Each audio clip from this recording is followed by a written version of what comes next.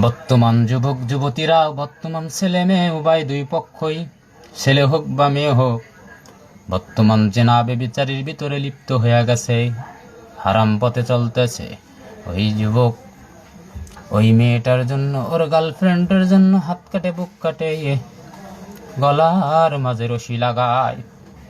কত যুবক কত মেয়ের জন্য, তার গার্লফ্রেন্ডের জন্য আত্মহত্যা করে মরে গেল।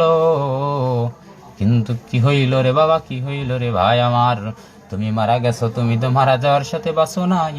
আমার মাওলা তোমার জাহান্নামী বানাইয়া লইয়া গেছে। তুমি মনে করছো যে ওর জন্য আমি মরে যাব, ওর জন্য মরে যা কি লাভ? ওর জন্য তোমার মরে গেলে তুমিই যাইবা। ও তো ঠিকই অন্য আরেকজনের সাথে বিবাহ করে জীবনটা সুখে শান্তিতে কাটাইবে।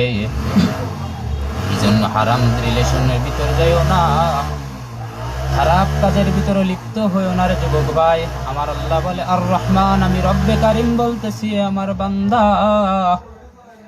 তুই যখন বলিস আমি তোমাকে ছাড়া বাঁচবো না, তোমাকে ছাড়া বাঁচবো না, আমি আল্লাহ বলি শোন, আর রহমান আল্লামাল কুরআন, আমি আল্লাহ তোর কাছ থেকে ওরে ছিনাইয়া নিয়ে যাই, ওরে তোর কাছ থেকে দূরে নিয়ে যাই, ওরে তোর সাথে দেই না। আমি মাওলা ওরে তোর কাছ থেকে ছিনিয়ে নিয়ে যাই, যে দেখে তুই বাঁচিস কিনা।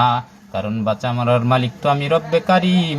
আমার সাথে শিরিক করিস আর আমি তোর কাছ থেকে ছিনাইয়া